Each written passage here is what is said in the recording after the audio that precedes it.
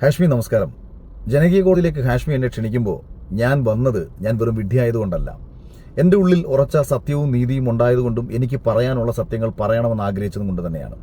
ഹാഷ്മി അവിടെ നെറുകേട് കാണിക്കുമെന്നും ഇന്നലകളിൽ ഞാനുമായി ഉണ്ടായ സംവാദത്തിൽ ഹാഷ്മിക്കുണ്ടായ ക്ഷീണം തീർക്കാൻ വേണ്ടി ഹാഷ്മി നെറുകേട് കാണിക്കുമെന്ന് എൻ്റെ അടുത്ത് പല സുഹൃത്തുക്കളും പറഞ്ഞു. അപ്പോഴും ഞാൻ പറഞ്ഞു, അല്ല, ഹാഷ്മി ഒരു നല്ല മാധ്യമപ്രവർത്തകനാണ്, അദ്ദേഹം അത് ചെയ്യില്ല എന്നാണ് ഞാൻ കരുതിയത്. പക്ഷേ നിങ്ങൾ ഈ പരിപാടിയിൽ അതിഥിയായി വിളിച്ച ആൾക്കാരോട് എനിക്കെതിരെ എന്തൊക്കെ സംസാരിക്കണമെന്നും ഏതൊക്കെ ഭാഷയിൽ സംസാരിക്കണമെന്നും നിങ്ങൾ പറഞ്ഞത് കേട്ടപ്പോഴാണ് എനിക്ക് നിങ്ങളുടെ ഉള്ളിലെ പകയും വിദ്വേഷവും എനിക്ക് മനസ്സിലായത്. അതിനുശേഷമാണ് നിങ്ങളൊരു വൃത്തികെട്ടവനാണെന്ന് ഞാൻ തിരിച്ചറിയുന്നത്. ഇവിടെ നിങ്ങൾ എന്നെ ഈ പരിപാടിയിലേക്ക് വിളിച്ചിട്ട് യഥാർത്ഥത്തിൽ നിങ്ങൾ ചോദിക്കേണ്ടിയിരുന്നതും അല്ലെങ്കിൽ എന്നെ പൊളിച്ചെടുക്കേണ്ടിയിരുന്നതും എൻ്റെ നിലപാടുകൾ എന്തൊക്കെയായിരുന്നുവെന്നും ആ നിലപാടുകൾ എത്ര തവണ ഞാൻ മാറ്റിപ്പറഞ്ഞെന്നും ആ മാറ്റിപ്പറഞ്ഞ നിലപാടുകളുമായി ബന്ധപ്പെട്ടിട്ടുള്ള ചോദ്യങ്ങൾ ചോദിച്ചുകൊണ്ട് നിങ്ങൾ എന്നെ ഒന്നൊന്നായി പൊളിച്ചിരുന്നുണ്ടെന്നുണ്ടെങ്കിൽ ഞാനും ഹാഷ്മിക്ക് ഒരു ഷേക്കാൻഡ് തന്നേനെ. പകരം ഹാഷ്മി എന്താണ് ചെയ്തത്? എൻ്റെ ഫേസ്ബുക്കിൽ ഞാൻ നിഷ്പക്ഷമായി പറഞ്ഞിരുന്ന ഒരു രാഷ്ട്രീയത്തെ എടുത്തു പറഞ്ഞു വെച്ചുകൊണ്ട് BJPയുടെ രാഷ്ട്രീയമെന്നും ഭാരതവിരുദ്ധ രാഷ്ട്രീയമെന്നും പറഞ്ഞുകൊണ്ട് അവിടെ തുടങ്ങിയ വിഷയത്തിൽ അവസാനം വരെ ഹാഷ്മി പോയിക്കൊണ്ടിരുന്നത് എന്നെ ഒരു BJPക്കാരനാക്കി വരുത്തി തീർക്കുക എന്നുള്ളതായിരുന്നു. എനിക്ക് താല്പര്യമില്ലാത്ത ഒരു രാഷ്ട്രീയത്തിന്റെ വക്താവാക്കാൻ വേണ്ടി നിങ്ങൾ എന്നെ ശ്രമിച്ചപ്പോഴൊക്കെ തന്നെ ഞാൻ പല പ്രാവശ്യം പറഞ്ഞു, ഞാനൊരു BJPയുടെ വക്താവല്ല, ഹാഷ്മി എനിക്കിതിന് മറുപടി പറയേണ്ട കാര്യമില്ല. പക്ഷേ സത്യവും ശരിയും എപ്പോഴൊക്കെ BJPയുടെ ഒപ്പം നിന്നിട്ടുണ്ടോ, സത്യവും ശരിയും എപ്പോഴൊക്കെ എൻ്റെ രാജ്യത്തിനൊപ്പം നിന്നിട്ടുണ്ടോ, അപ്പോഴൊക്കെ ഞാൻ നിലപാട് സ്വീകരിച്ചിട്ടുണ്ട്. അപ്പോഴൊക്കെ ഞാൻ നിലപാട് സ്വീകരിക്കുമ്പോൾ അത് ഹാഷ്മിക്ക് പൊള്ളുന്നത് ഹാഷ്മിയുടെ ഉള്ളിൽ കിടക്കുന്ന വൃത്തികെട്ട രാഷ്ട്രീയം മറ്റൊന്നായതുകൊണ്ടാണ്. രാവിലെ വന്നിരുന്ന് BJP അനുകൂലിച്ചും ഉച്ചയ്ക്ക് വന്നിരുന്ന കമ്മ്യൂണിസ്റ്റ് പാർട്ടി അനുകൂലിച്ചും രാത്രിയിൽ വന്നിരുന്ന കോൺഗ്രസിനെ അനുകൂലിച്ചും പിറ്റേ ദിവസം VD സതീശനെ തള്ളിപ്പറഞ്ഞും ഉച്ചയ്ക്ക് VD സതീശനെ അനുകൂലിച്ചും വൈകുന്നേരം നരേന്ദ്രമോദിയെ പുകഴ്ത്തിയും പിറ്റേ ദിവസം നരേന്ദ്രമോദിയെ തെറിവിളിച്ചും അല്ലെങ്കിൽ പിണറായി വിജയനെ അനുകൂലിച്ചും പിണറായി വിജയനെ തെറിവിളിച്ചും ഒക്കെ സംസാരിച്ച് ശീലമുള്ള ഹാഷ്മി എന്നോട് ചോദിക്കുകയാണ് അഭിപ്രായങ്ങളിൽ ഉറച്ചു നിൽക്കുന്നുണ്ടോയെന്നും. ഞാൻ തിരിച്ച് ഹാഷ്മിയോട് ഒരു ചോദ്യം ചോദിച്ചു. ഞാൻ മാറ്റി പറഞ്ഞ 5 അഭിപ്രായങ്ങൾ പറഞ്ഞിട്ട് പോകൂ ഹാഷ്മി എന്ന് പറഞ്ഞപ്പോൾ ഹാഷ്മി എടുത്ത വായിൽ പറഞ്ഞത് ബിഗ് ബോസിൽ പോകുന്നില്ല എന്ന് പറഞ്ഞിട്ട് പോയില്ല എന്നുള്ളതാണ്. ഈ ബിഗ് ബോസിൽ ഞാൻ പോകുന്നില്ല എന്ന് പറഞ്ഞതും ബിഗ് ബോസിൽ ഞാൻ പോകുമെന്ന് പറഞ്ഞതും ബിഗ് ബോസിൽ പോകുന്നതിന് മുൻപ് തന്നെയാണ് എന്നുള്ളത് ഞാൻ വളരെ കൃത്യമായി പണ്ടേ പറഞ്ഞിട്ടുള്ളൊരു കാര്യമാണ്. അതുപോലും എൻ്റെ ജീവിതത്തെയും എൻ്റെ കുടുംബത്തെയും മാത്രം വ്യക്തിപരമായി മാത്രം ബാധിക്കുന്ന ഒരു വിഷയത്തിൽ, പൊതുസമൂഹത്തിന് ഒന്നും ബാധിക്കാത്ത ഒരു വിഷയത്തിലും ഞാൻ നാളിതുവരെ ഒരു അഭിപ്രായം പറഞ്ഞു മറ്റൊരാൾക്ക് വേദന ഉണ്ടാക്കുന്ന ഒരു കാര്യവും ചെയ്തിട്ടില്ല. മറ്റൊരാൾക്ക് വേദന ഉണ്ടാക്കുന്ന ഒരു അഭിപ്രായ നിലപാട് വ്യത്യാസവും ഞാൻ സ്വീകരിച്ചിട്ടില്ല എന്നിരിക്കെ ഞാൻ ഉയർത്തിയ ഏതെങ്കിലും ഒരു വിഷയത്തിൽ അതുമായി ബന്ധപ്പെട്ട ഒരു ചോദ്യം ചോദിക്കാൻ ഹാഷ്മി തയ്യാറായോ? ഹാഷ്മി ആരെയാണ് സംരക്ഷിക്കാൻ ശ്രമിച്ചുകൊണ്ടിരുന്നത്? ഹാഷ്മിക്ക് സാബു ജേക്കബിന്റെ കയ്യിൽ നിന്ന് എത്രയാണ് കിട്ടിയത്? കിറ്റെക്സ് ആണോ യഥാർത്ഥത്തിൽ ഇപ്പോൾ നിലവിൽ 24 ഫണ്ട് ചെയ്തുകൊണ്ടിരിക്കുന്നത്? നിങ്ങൾ എന്തടിസ്ഥാനത്തിലാണ് സാബു ജേക്കബിനെതിരെ ഞാൻ ഉന്നയിച്ച ആരോപണങ്ങളിൽ ഒരു ചോദ്യം പോലും ചോദിക്കാതെ, സാബു ജേക്കബിനെതിരെ ഞാൻ പറഞ്ഞ വിഷയങ്ങളിൽ ഒരു തവണ പോലും സംസാരിക്കാതെ നിങ്ങൾ ആരെയാണ് സംരക്ഷിക്കാൻ ശ്രമിച്ചത്? യഥാർത്ഥത്തിൽ എന്തായിരുന്നു ഈ എനിക്കെതിരെ ചോദ്യങ്ങൾ ചോദിക്കുമ്പോൾ നിങ്ങൾ ഉന്നയിക്കേണ്ടിരുന്ന വിഷയം? എന്തുകൊണ്ട് ഞാൻ BJPയിലേക്ക് പോയി?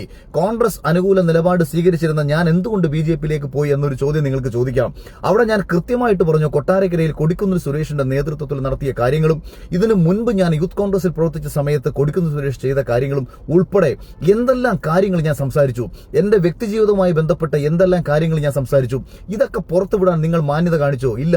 പകരം നിങ്ങളുടെ മൈക്കിന്റെ വോളിയം കൂട്ടിവെച്ച് എന്റെ മൈക്കിന്റെ വോളിയം താഴ്ത്തി വെച്ച് അടിച്ചാക്ഷേപിക്കുന്ന രീതിയിൽ ആവർത്തിച്ച് നിങ്ങൾ എന്നോട് സംസാരിക്കുമ്പോഴും ഞാൻ നിങ്ങളടുത്ത് പറഞ്ഞ കാര്യങ്ങളെങ്കിലും ഒന്ന് പുറത്തുവിടാനുള്ള മാന്യത നിങ്ങൾക്ക് കാണിക്കാമായിരുന്നു എന്നാണ് ഞാൻ വിശ്വസിക്കുന്നത്. ഹാഷ്മി അത് ചെയ്തില്ല എന്ന് മാത്രമല്ല, രാഷ്ട്രീയമായിട്ട് ഞാൻ പറഞ്ഞ വിഷയങ്ങളിൽ നിന്ന് ഹാഷ്മി അകന്നു പോയതോടുകൂടി ഹാഷ്മി ആരെയാണ് സംരക്ഷിക്കാൻ ശ്രമിക്കുന്നത്, അല്ലെങ്കിൽ എന്താണ് ഹാഷ്മിയുടെ ഉദ്ദേശമെന്നത് ഇന്നാട്ടിലെ സ്വബോധമുള്ള ജനങ്ങൾക്ക് മനസ്സിലായി എന്നതാണ് ജനകീയ കോടതിയിൽ നിന്നും എനിക്ക് കിട്ടുന്ന റിപ്ലൈ. അല്ലാതെ ഞാൻ കേരള രാഷ്ട്രീയത്തിൽ CPMനെയും സുഡാപ്പികളെയും കമ്മ്യൂണിസ്റ്റ് പാർട്ടി കോൺഗ്രസിനെയും BJPയെയും ഒക്കെ പലപ്പോഴായി വിമർശിച്ചിട്ടുള്ള ഒരു വ്യക്തി എന്ന നിലയിൽ എനിക്കെതിരെ രാഷ്ട്രീയപരമായിട്ട് വരുന്ന കമന്റുകൾ കണ്ട് ആസ്വദിക്കുന്നതിൽ കാര്യമില്ല. അത് അറിഞ്ഞുകൊണ്ട് തന്നെ ഞാൻ ചെയ്യുന്ന കാര്യങ്ങളാണ്. ഒരു രാഷ്ട്രീയമായിട്ട് നമ്മൾ ഒരാളെ എതിർക്കുമ്പോൾ ആ രാഷ്ട്രീയത്തിന്റെ എതിർപ്പുകൾ നമുക്ക് സംഭവിക്കുമെന്നുള്ളത് സ്വാഭാവികമാണ്.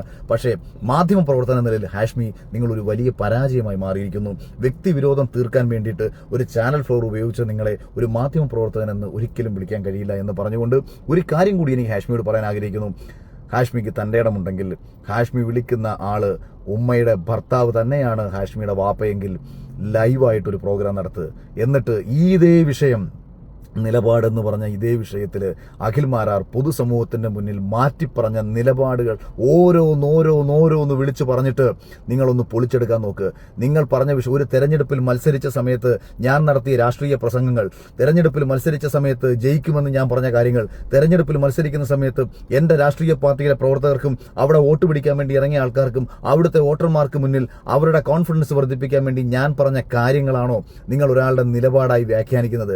ഒരു തെരഞ്ഞെടുപ്പിൽ രാഷ്ട്രീയ പ്രവർത്തനം നടത്തുന്ന സമയത്ത് ആരാണ് തോൽക്കുമെന്ന് പറഞ്ഞ് മത്സരിക്കുന്നത്? ഒരു സ്വതന്ത്ര സ്ഥാനാർത്ഥി പോലും ജയിക്കുമെന്ന് പറഞ്ഞാണ് മത്സരിക്കുന്നത്. വെറും 500 വോട്ടേ തനിക്ക് ഈ മണ്ഡലത്തിൽ കിട്ടത്തോളം എന്നുണ്ടെങ്കിലും അവനോട് ചോദിച്ചാലും അവൻ പറയുന്നത് ജയപ്രതീക്ഷയുണ്ടെന്നും ജയിക്കുമെന്നും അവന്റെ ചുറ്റുമുള്ള ആൾക്കാരോട് ജയിക്കാനുള്ള സാധ്യതകളെക്കുറിച്ചുമാണ്. അതിനെ എടുത്തു വെച്ചിട്ട് നിങ്ങൾ എന്നെ ആക്ഷേപിക്കാൻ ഉപയോഗിക്കുമ്പോൾ നിങ്ങൾ എത്രത്തോളം താഴ്ന്നു പോയിരിക്കുന്നു എന്ന് സ്വയം ആലോചിക്കുക.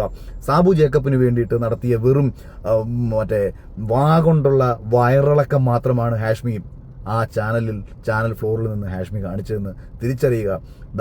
ഒരിക്കൽ കൂടി ഹാഷ്മിയെ വെല്ലുവിളിച്ചുകൊണ്ട് ഞാൻ ചോദിക്കുന്നു, ലൈവായി ഞാനുമായി സംവദിക്കാൻ ഹാഷ്മിക്ക് താല്പര്യമുണ്ടോ? ഒരു എഡിറ്ററേയും സഹായമില്ലാതെ, ഒരു ഇന്നിയറിൽ നിന്നും ചെവിയിൽ അവന്മാർ പറഞ്ഞു തരുന്ന കാര്യങ്ങൾ കേൾക്കാതെ, എനിക്കെതിരെ ഉപയോഗിക്കാൻ വേണ്ടിയിട്ട് നിങ്ങളെ എഡിറ്റിംഗ് ടീമിന്റെയും എഡിറ്റോറിയൽ ഡെസ്കിന്റെയും സഹായത്തോടു കൂടി ചെവിയിലിരുന്ന് അവന്മാർ പറഞ്ഞു തരുന്ന കാര്യങ്ങൾ കേട്ടിട്ട് പ്രിപ്പയർ ചെയ്ത് എഴുതി തയ്യാറാക്കി കൊടുത്ത കുറെ വീഡിയോകൾ ഉണ്ടായിരുന്നല്ലോ. അവിടെ നിന്ന് പറയുന്ന ഞാനും കേട്ടതാണല്ലോ. ഞാൻ തന്ന ആദ്യത്തെ വീഡിയോ പ്ലേ ചെയ്യും, ഞാൻ തന്ന രണ്ടാമത്തെ വീഡിയോ പ്ലേ ചെയ്യും, ഞാൻ തന്ന മൂന്നാമത്തെ വീഡിയോ പ്ലേ ചെയ്യും. എന്നിട്ട് അത് ഏതെങ്കിലും പ്ലേ ചെയ്തിട്ട് എന്തെങ്കിലും സംഭവിച്ചോ? അത് ഏതെങ്കിലും ഒന്നിൽ നിങ്ങൾക്ക് നിങ്ങൾ പറഞ്ഞ കാര്യം സ്ഥാപിച്ചെടുക്കാൻ പറ്റിയോ? ഒന്നുമില്ലാതെ വന്നപ്പോൾ കോൺഗ്രസ് വക്താവുമായി ചേർന്ന് എന്നെ BJP-കാരനാക്കാൻ ശ്രമിക്കുമ്പോൾ BJP-ക്ക് വേണ്ടി സംസാരിക്കാൻ താല്പര്യമില്ല എന്ന് ആവർത്തിച്ച് ഞാൻ പറഞ്ഞിട്ടും ആ വിഷയത്തിൽ മാത്രം നീട്ടിക്കൊണ്ടുപോയ ഒരു ചർച്ചയിൽ ഞാൻ ഇരുന്ന് തന്നപ്പോൾ ഒരു സാമാന്യ മര്യാദ കാണിക്കാമായിരുന്നു എന്ന് മാത്രം പറഞ്ഞുകൊണ്ട് ധൈര്യമുണ്ടെങ്കിൽ നീ വാ, ധൈര്യമുണ്ടെങ്കിൽ വാ, ലൈവായി ഞാനുമായി സംവദിക്കാൻ താല്പര്യമുണ്ടെങ്കിൽ നീ വാ എന്ന് മാത്രം പറഞ്ഞുകൊണ്ട് അതിനുള്ള തന്റെ ഇടം ശ്രീകണ്ഠൻ നായരുടെ 24 ചാനലിലുണ്ടെന്നുണ്ടെങ്കിൽ 24-ൽ വന്ന് ലൈവിൽ ഞാൻ ഇരിക്കും.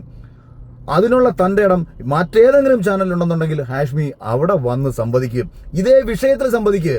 എണ്ണി പറ അഖിൽ മാരാർ ഏതൊക്കെ വിഷയങ്ങൾ നിലപാട് മാറ്റിയെന്ന് എണ്ണി പറഞ്ഞിട്ട് അഖിൽ മാരാരെ തേച്ചൊട്ടിക്കുക. അല്ലാതെ ഒരുവനെ സംസാരിക്കാൻ അനുവദിക്കാതെ, ഒരുവൻ പറയുന്നത് സംപ്രേഷണം ചെയ്യാതെ, ഒരുവന്റെ ശബ്ദം താഴ്ത്തിവെച്ച് ബോധപൂർവം കാണിക്കുന്ന കോമാളിത്തരമായി അധിക്ഷേപിക്കുന്ന തരം താഴുന്ന ഒന്നായി മാറരുത് മാധ്യമപ്രവർത്തനം.